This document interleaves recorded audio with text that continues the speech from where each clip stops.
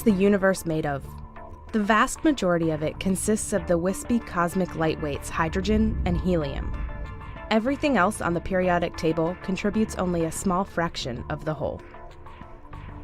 Elements heavier than hydrogen and helium are forged in stars, and during their explosive deaths as supernovas. Type 1a supernovas are nature's most productive foundries. An old white dwarf star pulls gas off its giant neighbor.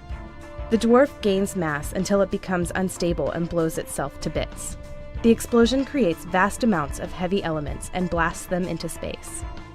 Suzaku is an orbiting X-ray observatory operated jointly by NASA and the Japanese Space Agency, and it recently spotted the metals chromium and manganese in intergalactic space for the first time. It's the largest known concentration of rare metals in the universe.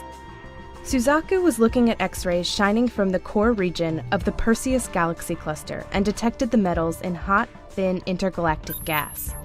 The gas is so thin it's close to a vacuum, but it fills a volume of space in the cluster about 1.4 million light-years across. Supernovas forged the metals and blasted them out of the galaxies, but a single stellar explosion wasn't powerful enough to get the job done. That requires periods of higher than normal star birth and death. These so-called starbursts stirred up vast outflows of matter called superwinds. Heavy elements forged by supernovas rode the superwinds to intergalactic space. A single supernova can produce thousands of times Earth's mass in chromium. The Suzaku astronomers estimate that it took some 3 billion supernovas to forge the treasure trove they found in the Perseus cluster.